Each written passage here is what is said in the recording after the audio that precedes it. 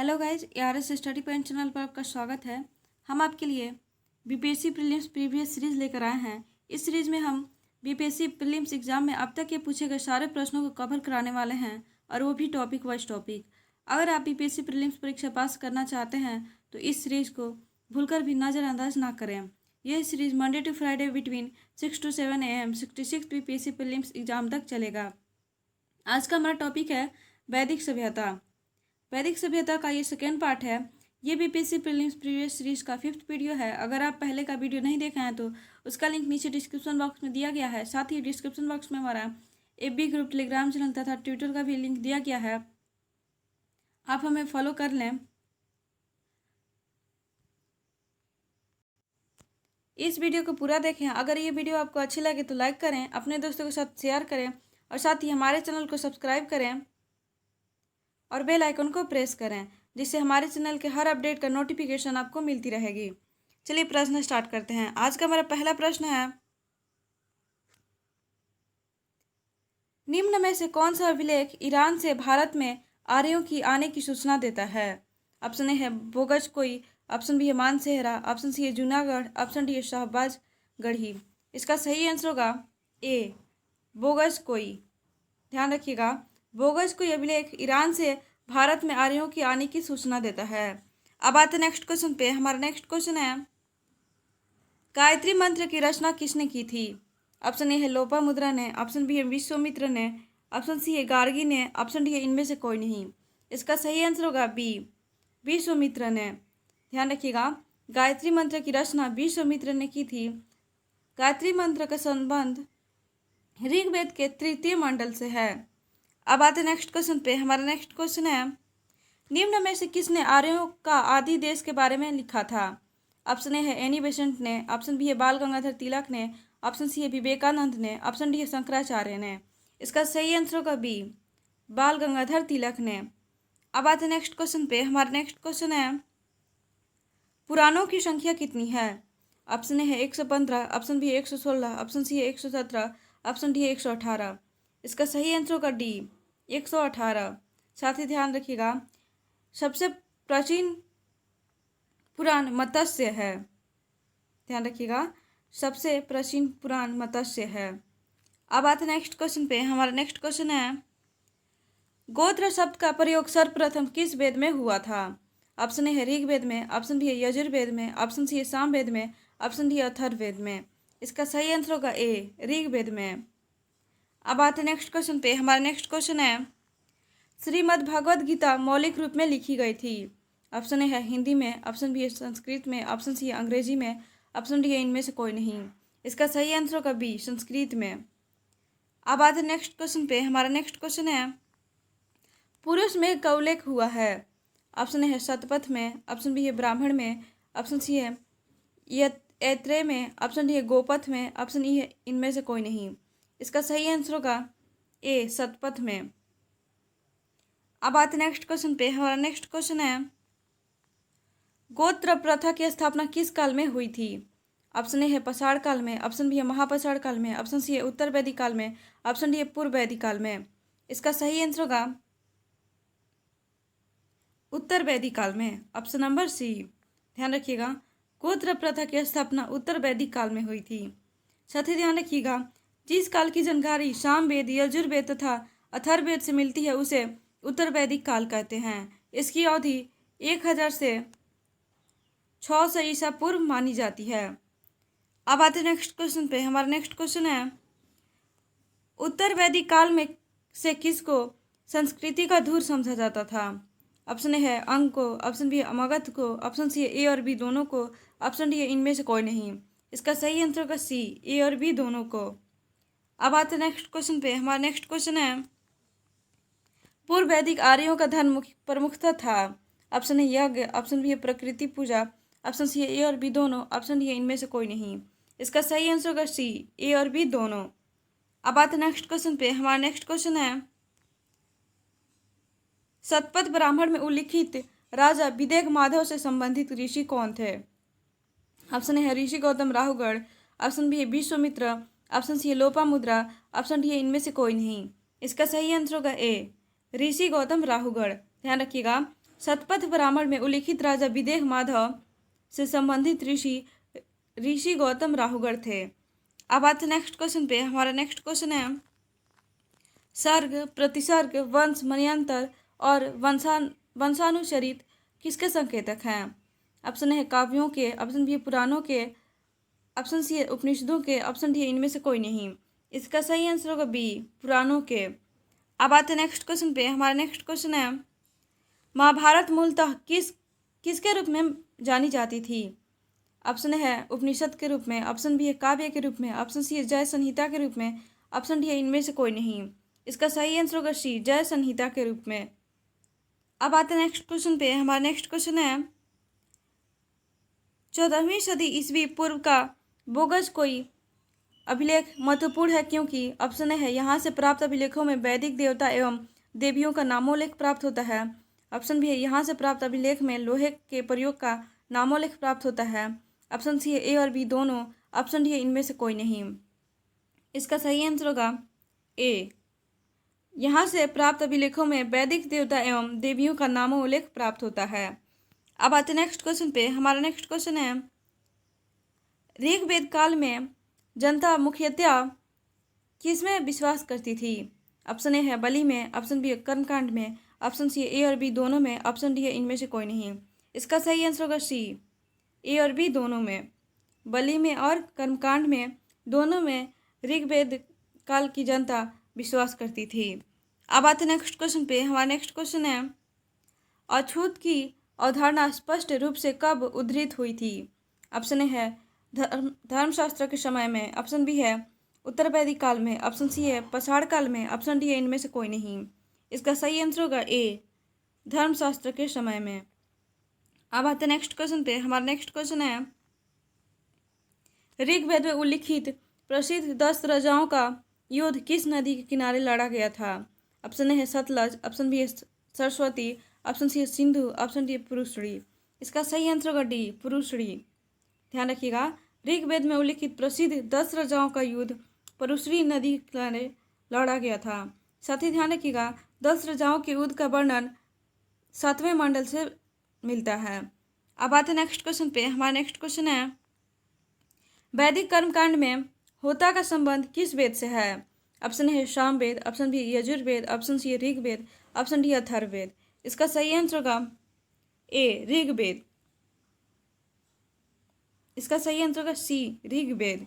ध्यान रखिएगा, वैदिक कर्मकांड में होता का संबंध ऋग्वेद से है। अब आते हैं नेक्स्ट क्वेश्चन पे। हमारा नेक्स्ट क्वेश्चन है वैदिक काल में अघन्या किसे माना गया है? ऑप्शन है हाथी को, ऑप्शन बी है गाय को, ऑप्शन सी है घोड़ा को, ऑप्शन डी है ऊंट को। इसका सही आंसर होगा बी, गाय को। ध्यान रखिएगा, वैदिक काल में अघन्या गाय को माना गया है। इस काल की सबसे पूजनीय पशु गाय थी। गाय का प्रयोग 176 बार किया गया है ऋग्वेद में। साथ ही ध्यान रखिएगा, घोड़ा वैदिक काल की दूसरा प्रिय पशु था क्योंकि इसका प्रयोग रथ के रूप में, घुड़दौड़ के रूप में या सेना के रूप में काफ़ी हद तक किया जाता था। अब आते हैं नेक्स्ट क्वेश्चन पे। हमारा नेक्स्ट क्वेश्चन है ऋग्वेद की मूल लिपि क्या थी? ऑप्शन है Devanagari, option B Brahmi, option C है नागरी, ऑप्शन डी है कलिंग। इसका सही आंसर होगा बी, ब्राह्मी। अब आते हैं नेक्स्ट क्वेश्चन पे। हमारा नेक्स्ट क्वेश्चन है अवेस्ता और ऋग्वेद में समानता है, इसमें अवेस्ता किससे संबंधित है? ऑप्शन है मिस्र से, ऑप्शन बी है चीन से, ऑप्शन सी है ईरान से, ऑप्शन डी है इनमें से कोई नहीं। इसका सही आंसर होगा सी, ईरान से। ध्यान रखिएगा, अवेस्ता और ऋग्वेद में समानता है, इसमें अवेस्ता ईरान से संबंधित है।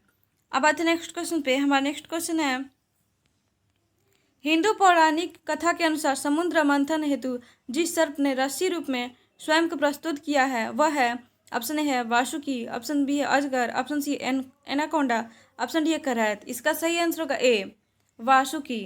ध्यान रखिएगा, हिंदू पौराणिक कथा के अनुसार समुद्र मंथन हेतु जिस सर्प ने रस्सी के रूप में स्वयं को प्रस्तुत किया है वह है वासुकी।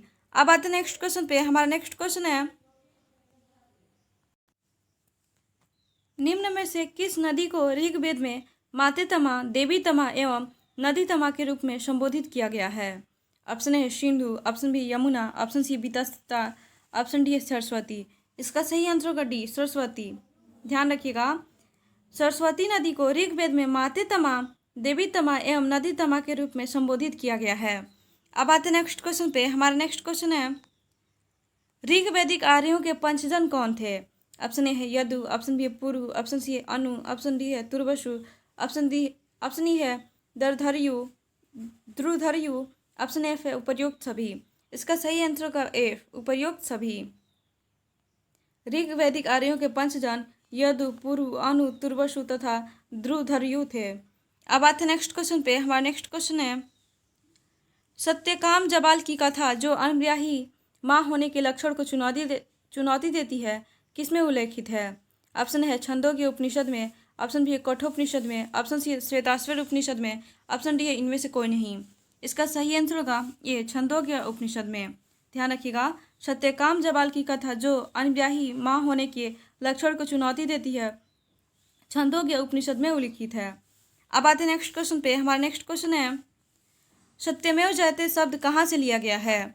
ऑप्शन है छंदोग्य उपनिषद से, ऑप्शन बी है मुंडक उपनिषद से, ऑप्शन सी है कठोपनिषद से, ऑप्शन डी है इनमें से कोई नहीं। इसका सही आंसर होगा बी मुंडक उपनिषद से। ध्यान रखिएगा, सत्यमेव जयते शब्द मुंडक उपनिषद से लिया गया है। अब आते नेक्स्ट क्वेश्चन पे। हमारा नेक्स्ट क्वेश्चन है, प्राचीन भारतीय समाज के प्रसंग में कुल, वंश, कोष तथा गोत्र में से वह शब्द जो शेष तीन के वर्ग का नहीं है। ऑप्शन है कुल, ऑप्शन बी है वंश, ऑप्शन सी है कोष, ऑप्शन डी है गोत्र। इसका सही आंसर होगा सी कोष। ध्यान रखिएगा, प्राचीन भारतीय समाज के प्रसंग में कुल, वंश, कोष तथा गोत्र में से कोष ऐसा शब्द है जो शेष तीन के वर्ग का नहीं है। अब आते नेक्स्ट क्वेश्चन पे। हमारा नेक्स्ट क्वेश्चन है, ऋग्वैदिक काल के आरंभ में महत्वपूर्ण मूल्यवान संपत्ति किसको समझा जाता था? ऑप्शन है गाय को, ऑप्शन बी है घोड़ा को, ऑप्शन सी है हाथी को, ऑप्शन डी है शेर को। इसका सही आंसर होगा ए गाय को। ध्यान रखिएगा, ऋग्वैदिक काल के आरंभ में महत्वपूर्ण मूल्यवान संपत्ति गाय को समझा जाता था। अब आते नेक्स्ट क्वेश्चन पे। हमारा नेक्स्ट क्वेश्चन है, जीविकोपार्जन हेतु वेद वेदांग पढ़ाने वाले अध्यापक क्या कहलाता था? ऑप्शन है उपाध्यक्ष, ऑप्शन बी है महोदय, ऑप्शन सी है उपाध्याय, ऑप्शन डी है इनमें से कोई नहीं। इसका सही आंसर होगा सी उपाध्याय। ध्यान रखिएगा, जीविकोपार्जन हेतु वेद वेदांग पढ़ाने वाले अध्यापक को उपाध्याय कहते थे। अब आते नेक्स्ट क्वेश्चन पे। हमारा नेक्स्ट क्वेश्चन है, संस्कारों की संख्या कितनी होती है? ऑप्शन है 14, ऑप्शन बी है 15, ऑप्शन सी है 18, ऑप्शन डी है 16। इसका सही आंसर होगा डी 16। ध्यान रखिएगा, संस्कारों की संख्या 16 होती है। अब आते नेक्स्ट क्वेश्चन पे। हमारा नेक्स्ट क्वेश्चन है, प्राचीन काल में आर्यों के जीविकोपार्जन का मुख्य साधन क्या था? ऑप्शन ए है कृषि, ऑप्शन बी है शिकार, ऑप्शन सी है ए और बी दोनों, ऑप्शन डी है इनमें से कोई नहीं। इसका सही आंसर होगा बी शिकार। ध्यान रखिएगा, प्राचीन काल में आर्यों के जीविकोपार्जन का मुख्य साधन शिकार था। अब आते नेक्स्ट क्वेश्चन पे। हमारा नेक्स्ट क्वेश्चन है, वैदिक युग में प्रचलित लोकप्रिय शासन प्रणाली क्या थी? ऑप्शन ए है वंश, परंपरागत राजतंत्र, ऑप्शन बी है लोकतंत्र, ऑप्शन सी है समाजतंत्र, ऑप्शन डी है इनमें से कोई नहीं। इसका सही आंसर होगा ए वंश परंपरागत राजतंत्र। ध्यान रखिएगा, वैदिक युग में प्रचलित लोकप्रिय शासन वंश परंपरागत राजतंत्र थी। अब आते नेक्स्ट क्वेश्चन पे। हमारा नेक्स्ट क्वेश्चन है, ऋग्वेद में उल्लिखित यौ शब्द किस कृषि उत्पाद हेतु प्रयुक्त किया गया है? ऑप्शन है गेहूँ, ऑप्शन बी है जौ, ऑप्शन सी है चावल, ऑप्शन डी है इनमें से कोई नहीं। इसका सही आंसर होगा बी जौ। ध्यान रखिएगा, ऋग्वेद में उल्लिखित यौ शब्द का प्रयोग जौ उत्पाद के लिए किया गया है। अब आते नेक्स्ट क्वेश्चन पे। हमारा नेक्स्ट क्वेश्चन है, सभा और समिति को प्रजापति की दो पुत्रियां किस वेद में कहा गया है? ऑप्शन है अथर्ववेद में, ऑप्शन बी है सामवेद में, ऑप्शन सी है यजुर्वेद में, ऑप्शन डी है ऋग्वेद में। इसका सही आंसर होगा ए अथर्ववेद में। ध्यान रखिएगा, सभा और समिति को प्रजापति की दो पुत्रियां अथर्ववेद में कहा गया है। अब आते नेक्स्ट क्वेश्चन पे। हमारा नेक्स्ट क्वेश्चन है, 800 से 600 ईसा पूर्व का काल किस युग से जुड़ा हुआ है? ऑप्शन है सिंधु घाटी सभ्यता से, ऑप्शन बी है वैदिक युग से, ऑप्शन सी है ब्राह्मण युग से, ऑप्शन डी है इनमें से कोई नहीं। इसका सही आंसर होगा सी ब्राह्मण युग से। ध्यान रखिएगा, 800 से 600 ईसा पूर्व का काल ब्राह्मण युग से जुड़ा हुआ है। अब आते नेक्स्ट क्वेश्चन पे। हमारा नेक्स्ट क्वेश्चन है, ऋग्वेद में युद्ध देवता किसको समझा जाता है?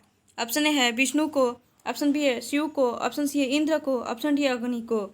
इसका सही आंसर होगा सी, इंद्र को। ध्यान रखिएगा, ऋग्वेद में युद्ध देवता इंद्र को समझा जाता है। साथ ही ध्यान रखिएगा, इंद्र सबसे प्रमुख देवता थे। इनको पुरंदर अर्थात किला तोड़ने वाला कहा गया है। ये विजय पताका के लिए भी जाने जाते थे। ऋग्वेद में 250 श्लोक इंद्र देवता को समर्पित हैं। अब आते नेक्स्ट क्वेश्चन पे। हमारा नेक्स्ट क्वेश्चन है, ऋग्वैदिक धर्म था। ऑप्शन ए है बहुवादी, ऑप्शन ए है बहुदेववादी, ऑप्शन बी है एकल देववादी, ऑप्शन सी है ए और बी दोनों, ऑप्शन डी है इनमें से कोई नहीं। इसका सही आंसर होगा ए, बहुदेववादी। अब आते नेक्स्ट क्वेश्चन पे। हमारा नेक्स्ट क्वेश्चन है, पूर्व वैदिक आर्यों का सर्वाधिक लोकप्रिय देवता कौन था? ऑप्शन ए है सोम, ऑप्शन बी है बृहस्पति, ऑप्शन सी है इंद्र, ऑप्शन डी है विष्णु। इसका सही आंसर होगा सी, इंद्र। अब आते नेक्स्ट क्वेश्चन पे। हमारा नेक्स्ट क्वेश्चन है, ऋग्वेद में इंद्र के बाद सर्वाधिक संख्या में मंत्र किससे संबंधित हैं? ऑप्शन ए है विष्णु से, ऑप्शन बी है सोम से, ऑप्शन सी है अग्नि से, ऑप्शन डी है इनमें से कोई नहीं। इसका सही आंसर होगा सी, अग्नि से।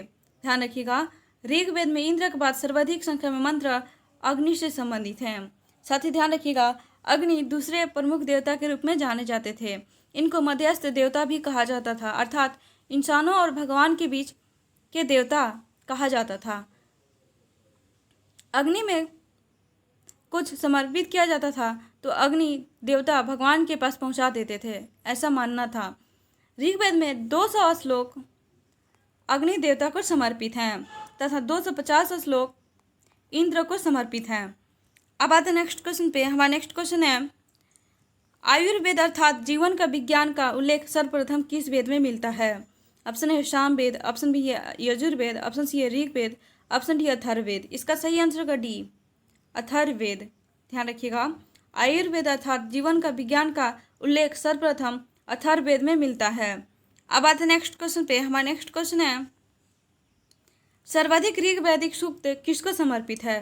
ऑप्शन ए है अग्नि, ऑप्शन बी है सोम, ऑप्शन सी है इंद्र, ऑप्शन डी है इनमें से कोई नहीं। इसका सही आंसर होगा सी, इंद्र। ध्यान रखिएगा, सर्वाधिक ऋग्वैदिक सूक्त इंद्र को समर्पित है। अब आते हैं नेक्स्ट क्वेश्चन पे। हमारा नेक्स्ट क्वेश्चन है, आज का हमारा लास्ट क्वेश्चन, गायत्री मंत्र के नाम से प्रसिद्ध मंत्र सर्वप्रथम किस वेद में मिलता है? ऑप्शन ए है ऋग्वेद, ऑप्शन बी है सामवेद, ऑप्शन सी है यजुर्वेद, ऑप्शन डी अथर्ववेद। इसका सही आंसर होगा ए, ऋग्वेद। ध्यान रखिएगा, गायत्री मंत्र के नाम से प्रसिद्ध मंत्र सर्वप्रथम ऋग्वेद में मिलता है। थैंक यू दोस्तों। अगर वीडियो अच्छी लगी हो तो लाइक करें, अपने दोस्तों के साथ शेयर करें और साथ ही हमारे चैनल को सब्सक्राइब करें और बेल आइकन को प्रेस करें, जिससे हमारे चैनल के हर अपडेट का नोटिफिकेशन आपको मिलती रहेगी। अगर आप हमारा पहले का वीडियो नहीं देखे हैं तो उसका लिंक नीचे डिस्क्रिप्शन बॉक्स में दिया गया है, आप देख सकते हैं।